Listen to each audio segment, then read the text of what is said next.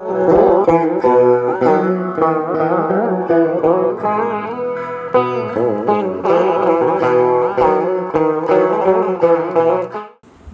భారతదేశంలోని అతిపెద్ద పాలరాతి జైన మందిరం పూర్తి కావస్తోంది.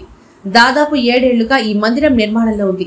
తిరుపతి జిల్లా తడ సమీపంలోని అక్కంపేట గ్రామంలో ఈ మందిర నిర్మాణం జరుగుతోంది. అద్భుతమైన శిల్పకళతో అలరారుతోంది. ఈ మందిర నిర్మాణంలో ఒక్క ఇటుకరాయి కూడా వాడరు, గొయ్య కూడా ఉండదు, ఐరన్ వాడకం కూడా లేదు.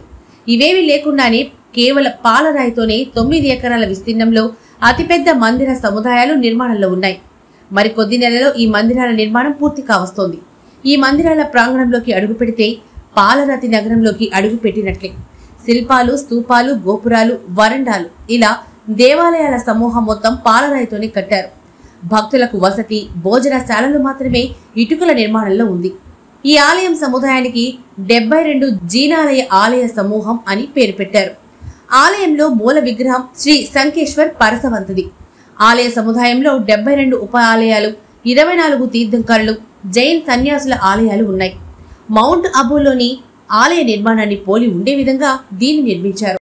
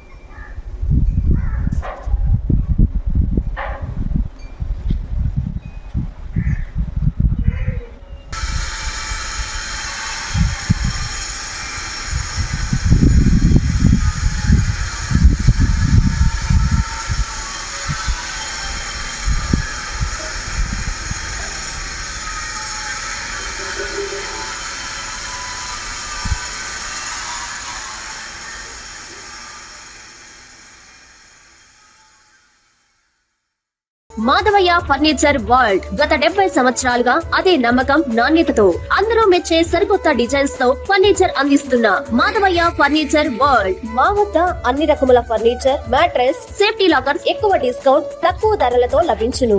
Madhavayya furniture world. మా వద్ద అన్ని రకముల ఫర్నిచర్, మ్యాట్రెస్, సేఫ్టీ లాకర్స్ ఎక్కువ డిస్కౌంట్, తక్కువ ధరలతో లభించును. విచ్చేయండి Madhavaiah furniture world, RTC bus stand దగ్గర, నెల్లూరు.